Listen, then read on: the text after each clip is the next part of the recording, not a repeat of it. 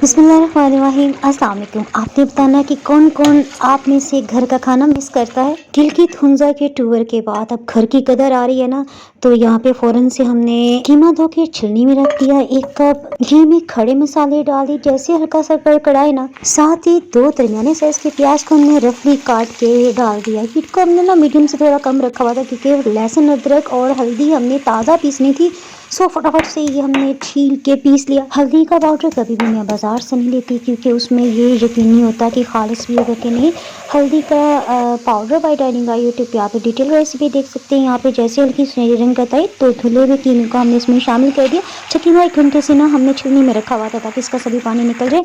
अब जब तक ऑयल ऊपर की सतह पे नहीं आएगा ना, तब तक इसे भूनते रहना। मसालों में 1 टेबल स्पून से थोड़ा कम नमक, थोड़े से चटपटा बनाने के लिए खाने वाला चम्मच भर के हमने लाल मिर्च पाउडर डाल दी, काफ़ी तेज़ है।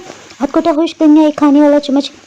इसकी ना कीमे की गोश्त की बूर करने के लिए 1 कप पानी तो दाल में डाल के ना हर बार 2 से 3 चम्मच हम डाले थे। अच्छी तरह से हमने भून लिया।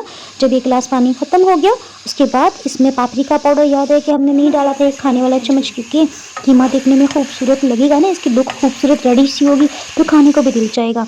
जनाब ये अच्छी तरह से भुन गया तो इसमें हमने 2 बड़े साइज़ के टमाटर काट के डाल दिए। साथ साथ हम भुनाई तो करते जा रहे हैं ना, इसमें देगी मज़ेदार से फ्लेवर के लिए ना अच्छी क्वालिटी की 2 खाने वाले चम्मच भर के हमने कसूरी मेथी डाल दी। 2 दरमियाने साइज़ के प्याज को नहीं सॉरी आलू को हमने काट लिया है।